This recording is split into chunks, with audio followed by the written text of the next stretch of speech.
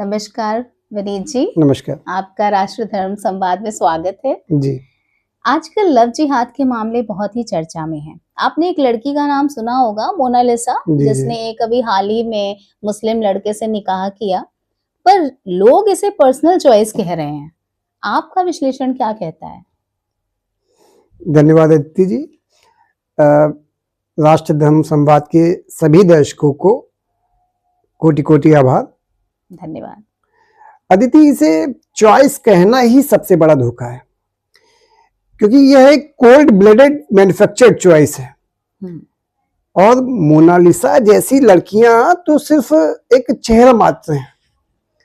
असलियत तो उन हजारों गुमनाम लड़कियों की है जिनका वजूद बुर्के में, निकाह के बाद बुर्के में दफन हो गया। और यह कोई इत्तेफाक नहीं है, क्योंकि ऐसे मामलों में शिकारी हमेशा नाम बदल कर आता है। वह हिंदू नाम रखता है, वह राहुल होता है, वह अमित होता है, वो शिवांश होता है, परंतु निकाह के बाद वह अब्दुल निकल आता है।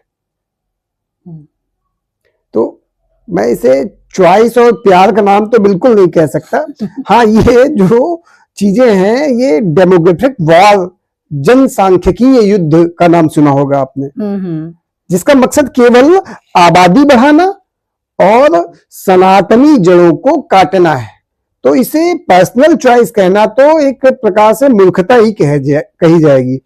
बाकी ऐसे मामलों में ज्यादातर लड़कियां किसी न किसी प्रकार से लव जिहाद के ही मामले के तौर पर दिखाई देती हैं। जी, लेकिन विनीत जी, कुछ लोग कहते हैं कि ये केवल इक्का दुक्का घटनाएं हैं जी, पर केरल में तो ऐसी बहुत सारी घटनाएं हो रही हैं, और इन राज्यों के उदाहरणों को हम क्या पूरे देश पर लागू कर सकते हैं? आपका क्या कहना है? नहीं, देखिए, इक्का दुक्का क्या होता है मुझे समझ में नहीं आता। कि मेरा अब्दुल अच्छा, तेरा अब्दुल खराब, ये क्या बात हुई? अदिति, तथ्यों पर आइए।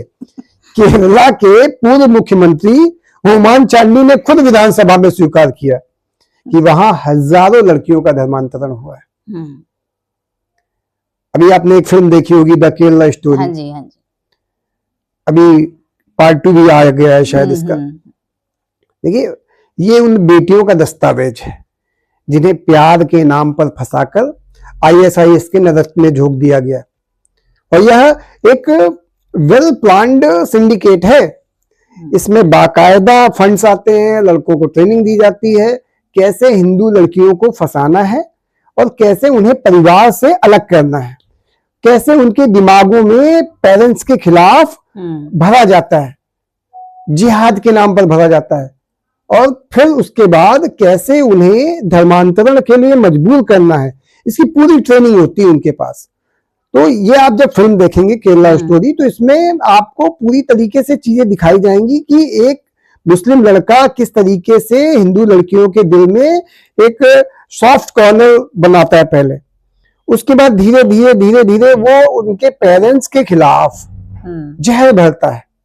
वो लड़कियां अपने परिवार से कटने लगती हैं। और निकाह के बाद ये भी सुनने में निकाह के लिए, देखिए क्या वेल प्लान्ड गेम है कि निकाह के लिए वो फोर्स नहीं करता है। वो हिंदू लड़की इतना ब्रेन वॉश्ड हो जाती है कि वह निकाह के लिए खुद फोर्स करने लगती है लड़के को कि आप प्लीज मुझसे शादी करिए। तो उनका पूरा इकोसिस्टम इस बेस पर है कि सबसे पहले हिंदू लड़कियों में एक सॉफ्ट कॉर्नर जनरेट करो, उसके बाद उनको उनके परिवार से काटो, और उसके बाद और ऐसा दिखाओ कि मैं आपको आपके ऊपर कोई प्रेशर नहीं डाल रहा हूं, आप प्रेशर डाल रही हो। तो इस तरह की स्थिति के बाद वह निकाह में जाती हैं, और निकाह के बाद की स्थिति तो आपको पता ही है। और ये निकाह के बाद लड़कियां घर वापस क्यों नहीं आ पाती? क्या आप सोचते हैं इस बारे में? आना नहीं चाहती या उन्हें आने नहीं दिया जाता स्वतः? देखिए, कई बार जो इन जैसे मामलों में जो उनको ट्रेनिंग दी जाती है, उन्हें इमोशनल ब्लैक होल में डाल दिया जाता है। मैंने जो अभी बताया आपको कि शुरुआत में तो ये सारी चीजें हनीमून पीरियड के बाद हनीमून पीरियड जैसी लगती है, उसके बाद उनका असली चेहरा सामने आने लगता है। उसे नापाक कहा जाता है। और फिर उस लड़की को अगर वो विरोध करती है तो उसे सुअर का मांस खाने पर मजबूर किया जाता है। उसे नमाज पढ़ने, उसे अपनी संस्कृति को गाली देने के लिए टॉर्चर किया जाता है।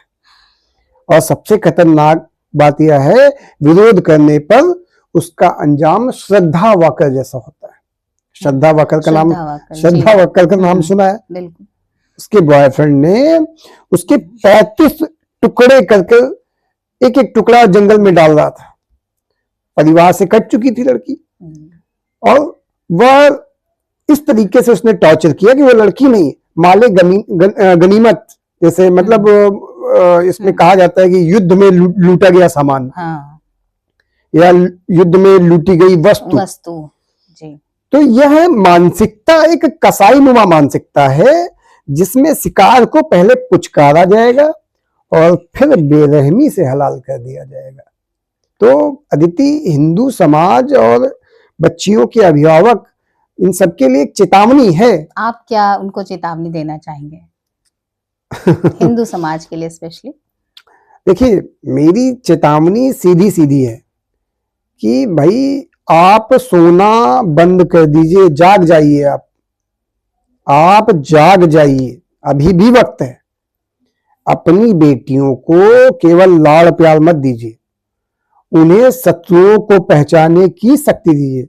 मैं पहले भी कई बार कह चुका हूं कि हिंदुओं को शत्रुबोध का ज्ञान बहुत आवश्यक है। शत्रुबोध से आपका क्या तात्पर्य है? शत्रुबोध का तात्पर्य सीधा सीधा ये है कि आप के सामने, आपके अगल बगल जो लोग हैं, वो उनकी मानसिकता क्या है। तो हिंदुओं को सेकुलरिज्म का चश्मा अब उतार फेंकना चाहिए, क्योंकि सामने खड़ा हुआ जो शिकारी है वह इस सेकुलरिज्म को नहीं मानता। वह आपके घर की दहलीज तक आ चुका है। और आज भी अगर आपने अपनी बेटियों को, अपने बच्चों को जागरूक नहीं किया, तो कल पछताने के लिए कुछ नहीं बचेगा, कोई घर नहीं बचेगा। तो यह स्थिति समझनी चाहिए। वैसे विनीत जी, हिंदू समाज के लिए आपका क्या संदेश है? देखिए, मेरा संदेश स्पष्ट है कि आज के समय में सतर्कता ही सुरक्षा है, शत्रुबोध का ज्ञान ही सुरक्षा है। अगर आपको आज के वातावरण में अपनी धर्म संस्कृति को सुरक्षित रखना है, तो आपको सतर्क रहना चाहिए। मोनालिसा तो बस एक चेतावनी मात्र है, हकीकत इससे बहुत ज्यादा काली है। तो इन स्थितियों में आपको अपने दुश्मन को, मैं किसी लड़ाई झगड़े की बात नहीं कर रहा हूं, मैं सिर्फ ये कह रहा हूं कि आपके अंदर इतनी समझ होनी चाहिए कि कौन आपका मित्र है, कौन आपका शत्रु है, और बाकी सतर्कता ही सुरक्षा है। धन्यवाद विनीत जी, अपने तर्क हमारे साथ साझा करने के लिए। धन्यवाद। Thank you Aditi, thank you.